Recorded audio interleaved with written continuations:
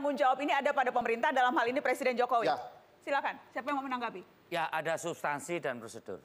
Ya, substansi dari undang-undang itu tidak bisa lepas dari narasi besar bagaimana membangun Indonesia sentris dengan berdaya saing, di mana size ekonomi selama 5 tahun dengan fondasi infrastruktur ini mampu meleverage berbagai aset-aset ini menjadi aset-aset yang berdidaya gunakan.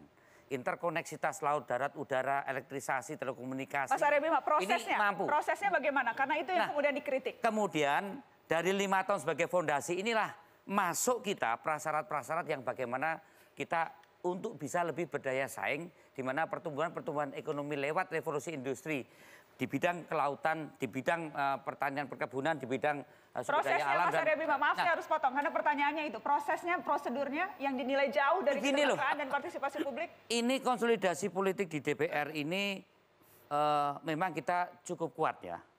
Jadi prosedur yang sangat-sangat harus diikuti, nggak ada satu kesulitan kok.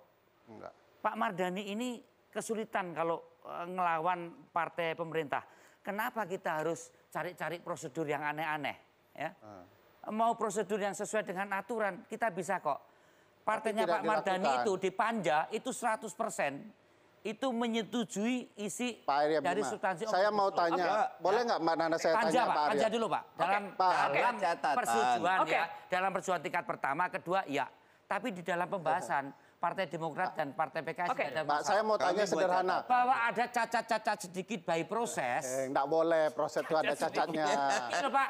Itu sudah jelas tuh. Kalau ada cacatnya, harus batal demi hukum. Tidak boleh ada cacat yang melanggar konstitusi. Saya mau tanya ke Pak. Melanggar konstitusi. Di Undang-Undang Pembentukan Peraturan Perundang-undangan, metode Omnibus Law ini di pasal mana?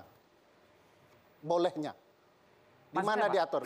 Di mana diatur metode revisi berbagai undang-undang di dalam satu undang-undang itu? Anda mau bawa ke undang-undang 12 kan? Yang mana? Iya kan? Pasal mana? Bawa setiap undang-undang ke satu undang-undang jadi perubahan kan? Ya, justru pasal ini mana? langkah terobosan. Langkah terobosan. Tidak boleh menerobos hukum kalau undang-undang sudah mengatakan harus dilakukan. Silakan Anda uji aja. Kalau salah kita uji aja. Ini yang tidak benar. Kok tidak benar gimana?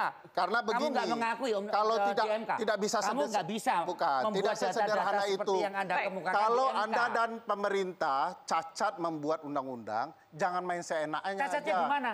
Cacatnya di mana? Makanya saya katakan. Nggak, cacatnya di mana? Di pasal berapa di Undang-Undang 12? Nggak, cacatnya di mana? Tidak ada aturan. Tidak ada cacatnya kan?